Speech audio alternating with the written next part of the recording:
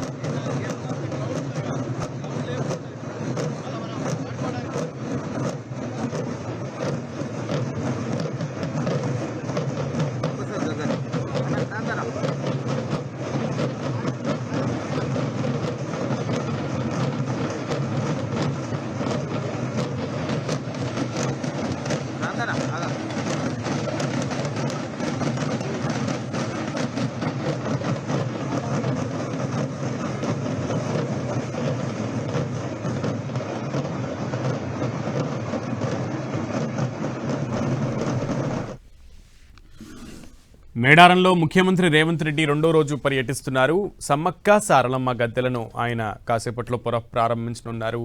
ముఖ్యంగా కుటుంబ సమేతంగా మొక్కులు సమర్పించుకోవడానికి ముఖ్యమంత్రి అక్కడికి చేరుకున్నటువంటి దృశ్యాన్ని మనం చూస్తున్నాం. వనదేవతలకు నిలువెత్తు బంగారం తులాభారం ఇవ్వనున్నారు ముఖ్యమంత్రి.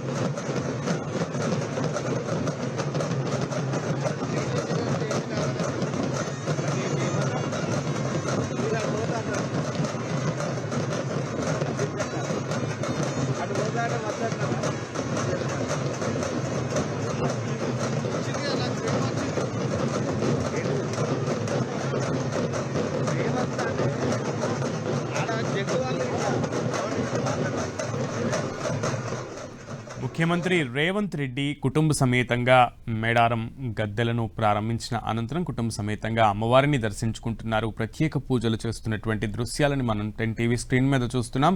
అంతకంటే ముందు పైలాను ఆవిష్కరించిన తర్వాత గద్దెలను పునఃప్రారంభించిన అనంతరం నిలువెత్తు బంగారం ఆయన మనుమడితో కలిసి ఆయన సమర్పించారు. సో ఇద్దరు కూడా తులతూగి అంత బంగారాన్ని అమ్మవారికి సమర్పించిన అనంతరం ఇప్పుడు అమ్మవారి గద్దెల వద్దకు వచ్చి కుటుంబ సమేతంగా మంత్రులతో పాటుగా కుటుంబ సమేతంగా ఆయన అమ్మవార్లకి చీరా సారే సమర్పిస్తూ ప్రత్యేక పూజలు చేస్తున్నటువంటి దృశ్యాలని మనం చూస్తున్నాం.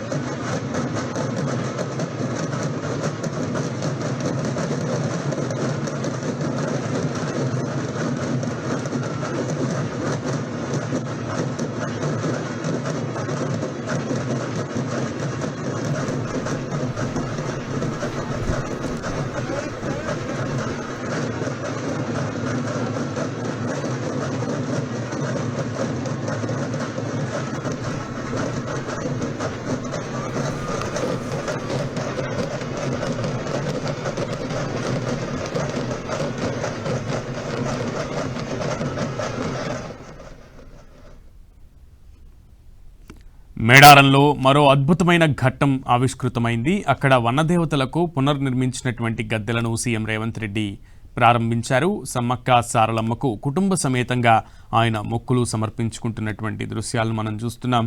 నిలువెత్తు బంగారం తులాభారంగా ముఖ్యమంత్రి రేవంత్ రెడ్డి ఇచ్చారు. మేడారంలో భక్తజన సందోహం ఒక పక్కన కనిపిస్తోంది. మరోపక్క కేబినెట్ అంతా కూడా నిన్న భేటీ కావడం కూడా ఒక ప్రాధాన్యతను సంతరించుకున్నటువంటి విషయం. ఈ నేపథ్యంలో అక్కడ రాత్రంతా కూడా కేబినెట్ అంతా కూడా అక్కడే బస చేసింది. ఈరోజు ఉదయమే కుటుంబ సమేతంగా ముఖ్యమంత్రి రేవంత్ రెడ్డి గద్దెల వద్దకు చేరుకున్నారు. ప్రత్యేక పూజలు చేశారు. అలాగే గద్దెలను పునఃప్రారంభించిన అనంతరం ఈ కార్యక్రమాలన్నీ చేస్తున్నారు. వరుసగా మొదటగా తులాభారం ఇచ్చారు ముఖ్యమంత్రి. తులాభారం తూగిన తర్వాత నిలువెత్తు తులాభారం ఇచ్చిన తర్వాత ఆయన గద్దెల వద్దకు వచ్చి అమ్మవార్లకు సమ్మక్క సారలమ్మలకు ప్రత్యేక పూజలు చేస్తున్నటువంటి దృశ్యాలు మనం చూస్తున్నాం.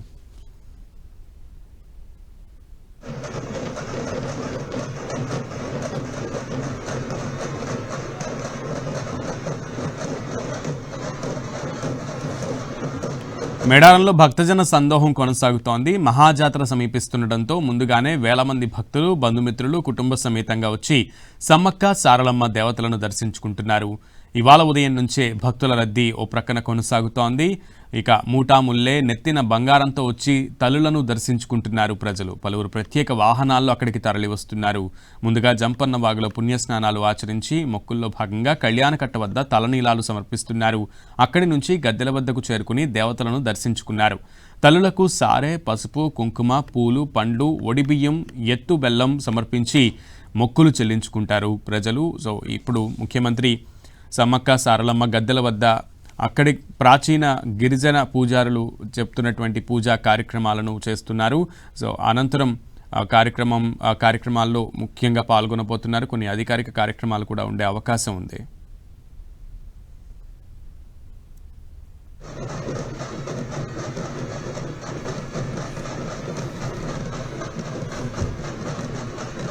ముఖ్యంగా ఇక్కడి నుంచి అంటే మేడారం నుంచి ఆయన దావోస్కి వెళ్ళబోతున్నారు. రాష్ట్రానికి పెట్టుబడులే లక్ష్యంగా ఆయన పర్యటన కొనసాగబోతోంది. ఈ నేపథ్యంలో అమ్మవార్లను ప్రత్యేకంగా ఆ విధంగా కూడా మొక్కుకునే అవకాశం కూడా ఉంది. సో కుటుంబ సభ్యులతో పాటు కేబినెట్ మినిస్టర్లంతా కూడా రాష్ట్రానికి పెట్టుబడులే లక్ష్యంగా వెళ్తున్నటువంటి దావోస్ పర్యటన సక్సెస్ఫుల్గా విజయవంతం అవ్వాలని కోరుకునేటువంటి అవకాశం కూడా ఉంది.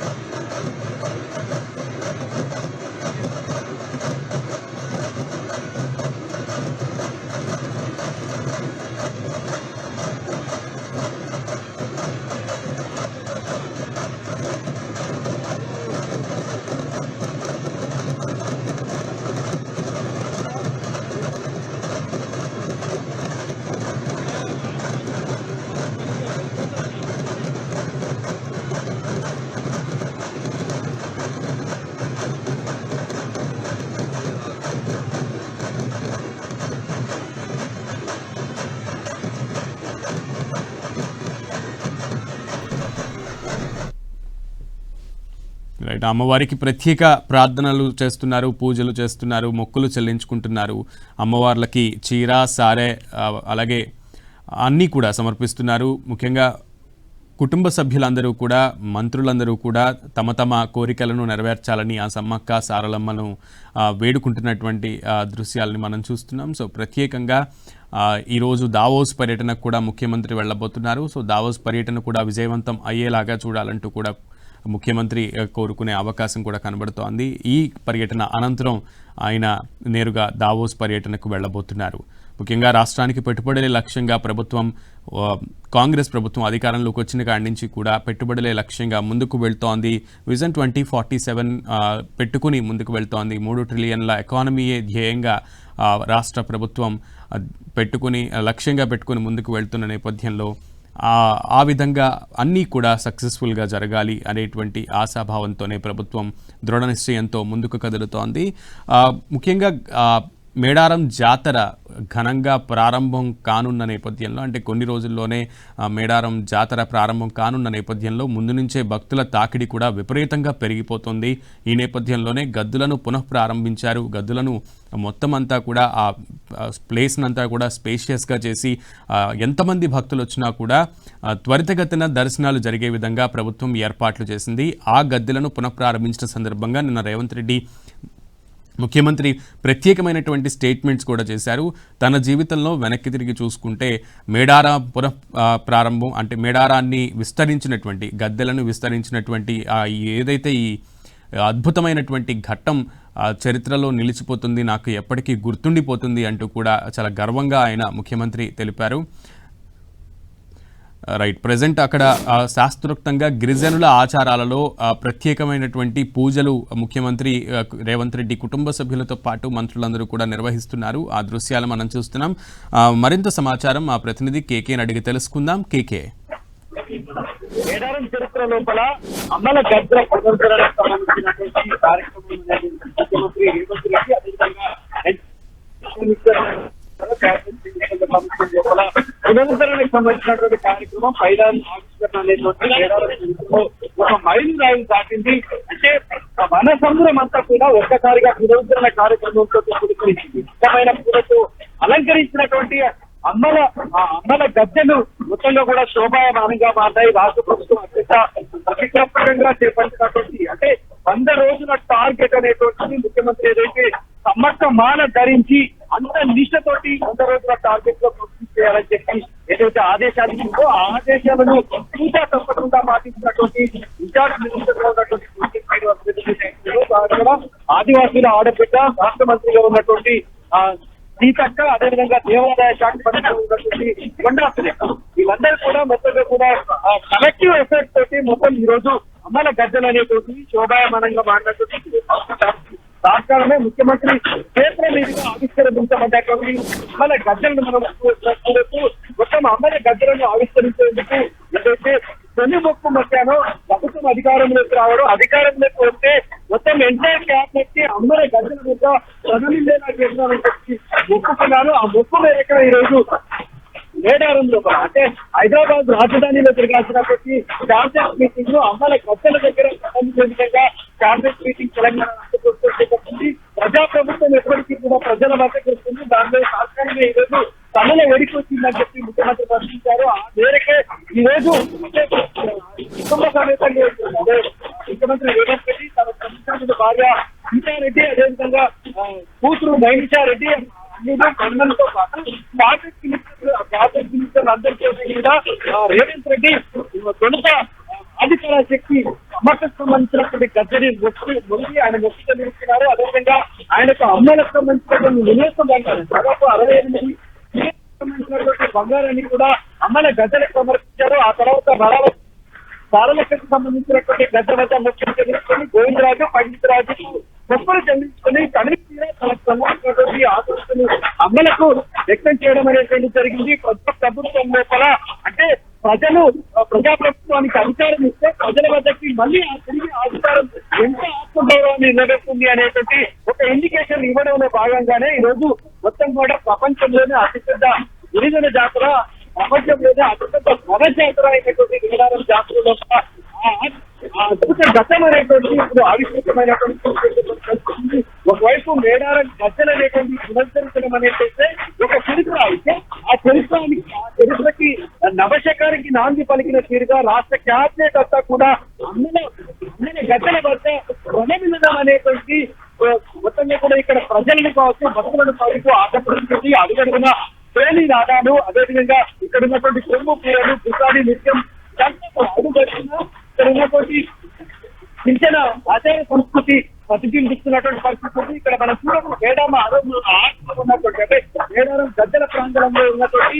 8 ఈ ప్రధాన ద్వారాలు ఏవైతే ఉన్నాయో ప్రధాన ద్వారాలన్నీ కూడా చింతన సాంప్రదాయాలకు అర్థం పడుతున్నాయి. ప్రతి చోట కూడా ఏవైతే కోయలు ఉన్నారో కోయలకు సంబంధించినటువంటి జీవిత చరిత్ర అదేవిధంగా అమ్మల గద్దెల పైన మనం చూడొచ్చు. అమ్మల గద్దెల పైన ఆధ్యాత్మిక జీవన విధానం అనేటువంటి ఉత్తపడుతున్నది. మొత్తం జాతర చూసుకున్నట్టయితే మొత్తంలో కూడా ఆదివాసీలకు సంబంధించినటువంటి పసుపు చిత్రం ఒక్క మాటలో ఆవిష్కరించినట్టు మనకు కనిపిస్తున్నటువంటి ఇక్కడ ఉంది. అమ్మల గద్దెలు చాలా విశాలంగా ఉంది. ఒకేసారి దాదాపు 10,000 మంది అవలీలగా ఇక్కడ దర్శనం చేసుకునేటువంటి అవకాశం కల్పించారు. చెప్పండి కేకే, ముఖ్యంగా ఇప్పుడు పూజలు చేసిన అనంతరం పూజా కార్యక్రమాలు ముగిసిన అనంతరం వారందరికీ కూడా ఆలయ మర్యాదలతో మంత్రి సీతక్క దగ్గరుండి వారికి ప్రత్యేకమైనటువంటి కార్యక్రమం జరుగుతున్నట్లుగా తెలుస్తోంది. దాని గురించి ఏమైనా వివరించగలరా? ఆదివాసీ ఆడబిడ్డగా ఉన్నటువంటి ఇక్కడ అమ్మల గద్దెల నుంచి పాలకం వహిస్తున్నారు. నియోజకవర్గానికి చెందినటువంటి సీతక్క ఎవరైతే ఉన్నారో అంటే గతంలో ఎమ్మెల్యేలుగా ఉన్నటువంటి ప్రతిసారి ఆదివాసీ ఆడబిడ్డ ఇక్కడ అమ్మల గద్దెల పెట్టి తనకి ఒక్కసారి అవకాశం వస్తే ఆదివాసీ సాంప్రదాయాలు ఉట్టిపడే విధంగా వాళ్ళ ఆలోచనలకి ప్రాణం పోసే విధంగా అమ్మల గద్దెలను ఆవిష్కరించాలి. ఆ దేశం మీదుగా ఈ గద్దెలను పునరుద్ధరించాలని చెప్పి ఆమె మొదట మొక్కుకున్నది. ఆ మొక్కు ఆచరణగా ప్రజాప్రభుత్వం అధికారంలోకి రావడం సీతకు సంబంధించినటువంటి ఆనందానికి అవధులు లేనటువంటి తాను మంత్రిగా క్యాబినెట్ మంత్రిగా ఉన్నటువంటి ప్రభుత్వం okay KK will get back to you KK. Thank you. Right, మేడారంలో జరుగుతున్నటువంటి ప్రస్తుత కార్యక్రమాలకు సంబంధించి అలాగే ముఖ్యమంత్రి తర్వాత కార్యక్రమాలు అంటే తర్వాత స్కెడ్యూల్ గురించి మరింత సమాచారం మా ప్రతినిధి కేకేని అడిగి తెలుసుకుందాం. కొండల్. మొత్తానికి మేడారం గద్దెల పునః ప్రారంభం అనేది జరిగింది. ఈరోజు భక్తులకు అంకితం చేశారు.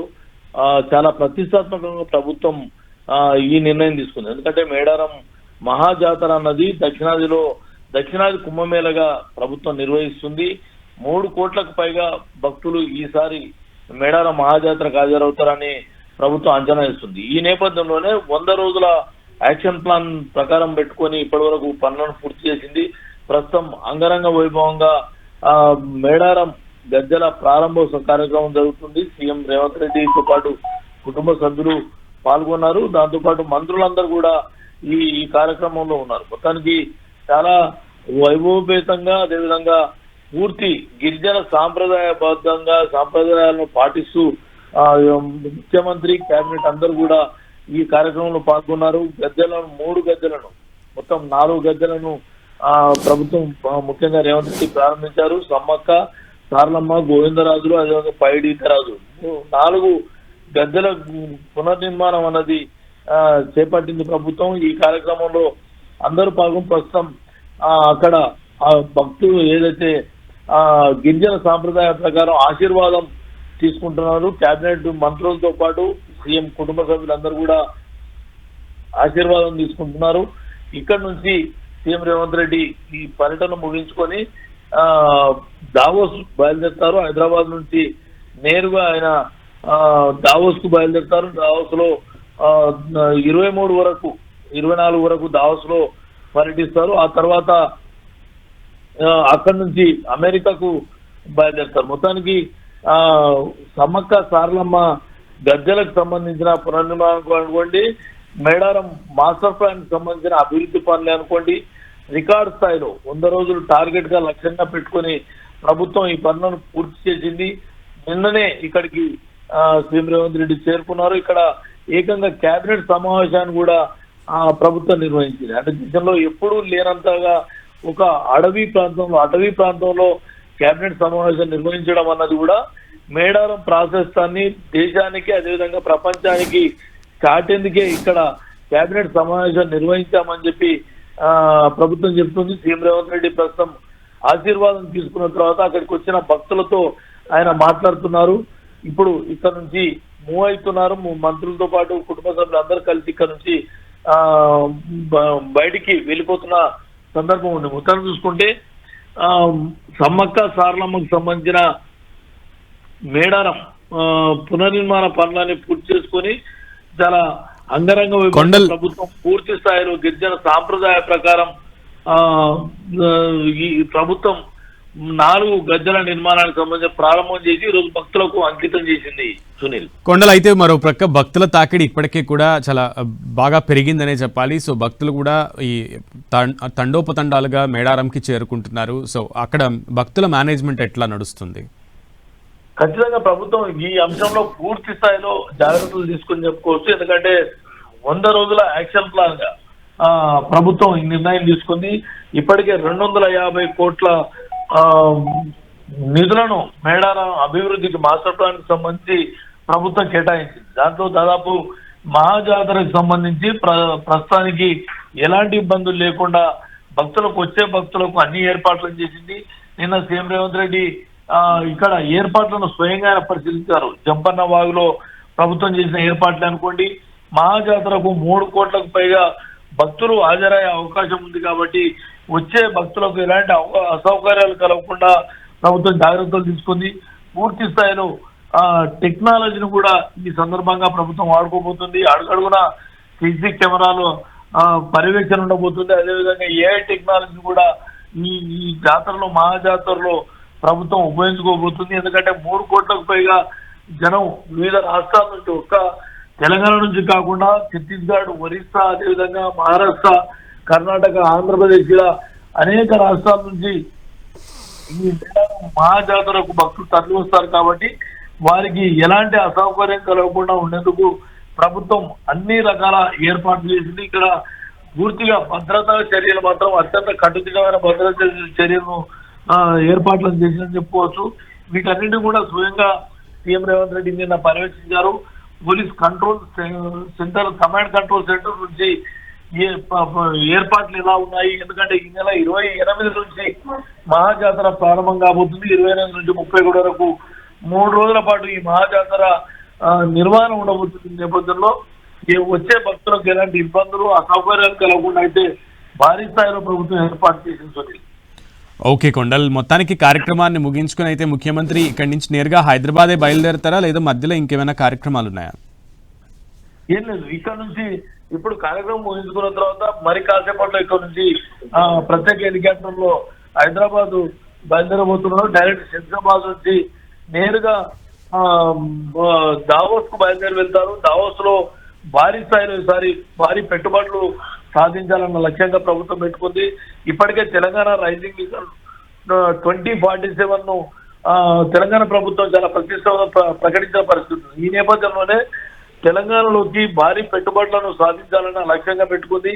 ఈ నేపథ్యంలోనే దావోస్ లోని తెలంగాణ పెవిలియన్, ఒక పెవిలియన్ కూడా ఏర్పాటు చేసుకుని వివిధ కంపెనీలు, అంతర్జాతీయ దిగ్గజ కంపెనీలన్నీ కూడా ఈ దావోస్ వేదికగా తెలంగాణ ప్రభుత్వంతో ఒప్పందాలు కుదుర్చుకునే అవకాశం ఉంది. ఈసారి భారీ స్థాయిలో గతంలో దావోస్ పర్యటన సందర్భంగా 1,79,000 కోట్ల పెట్టుబడులను తెలంగాణ ప్రభుత్వం సాధించింది. అయితే ఈసారి దానికి దీటుగా ఏమాత్రం తగ్గకుండా పెట్టుబడులను సాధించాలని ప్రభుత్వం లక్ష్యంగా పెట్టుకుంది. ఈ నేపథ్యంలోనే దావోస్ లో జరిగే ఈ నెల 24 వరకు దావోస్ లోనే సీఎం రేవంత్ రెడ్డి పర్యటించబోతున్నారు. ఇప్పటికే ఐటీ ఇండస్ట్రీస్ మంత్రి చంద్రబాబుతో పాటు ఐటీ శాఖకు సంబంధించిన అధికారులందరూ కూడా దావోస్ కు బయలుదేరి వెళ్లారు. మొన్న ఇప్పటికే చేరుకున్నారు. ఈ రోజు దావోస్ కు సీఎం రేవంత్ రెడ్డి బయలుదేరి వెళ్తున్నారు. 24 వరకు దావోస్ లోనే సీఎం పర్యటన ఉంటుంది. తర్వాత అమెరికా పర్యటన ముగించుకొని హైదరాబాద్ కు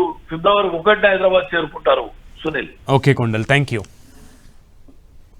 రైట్, మేడారంలో చాలా అత్యద్భుతమైనటువంటి ఘట్టం ఆవిష్కృతమైంది. ముఖ్యంగా గద్దెలను ఆధునీకరించిన అనంతరం వాటిని పునఃప్రారంభించారు ముఖ్యమంత్రి రేవంత్ రెడ్డి. ఈ నేపథ్యంలో కుటుంబ సమేతంగా అక్కడికి చేరుకున్నారు. నిన్న ఒక చారిత్రాత్మకమైనటువంటి విషయాన్ని కూడా, అంటే ఒక చరిత్రని సృష్టించింది తెలంగాణ. ముఖ్యంగా కేబినెట్ మీటింగ్ని హైదరాబాద్ వెలుపల, సెక్రటేరియట్ వెలుపల నిర్వహించారు. ఇప్పుడు ఈరోజు గద్దెలను పునఃప్రారంభించిన అనంతరం నిలువెత్తు తులాభారం సమర్పించి కుటుంబ సమేతంగా గిరిజన ఆచారాల ప్రకారం ప్రత్యేక పూజలు చేసిన అనంతరం ముఖ్యమంత్రి రేవంత్ రెడ్డి అక్కడి నుంచి హైదరాబాద్కి ప్రయాణమవుతున్నారు.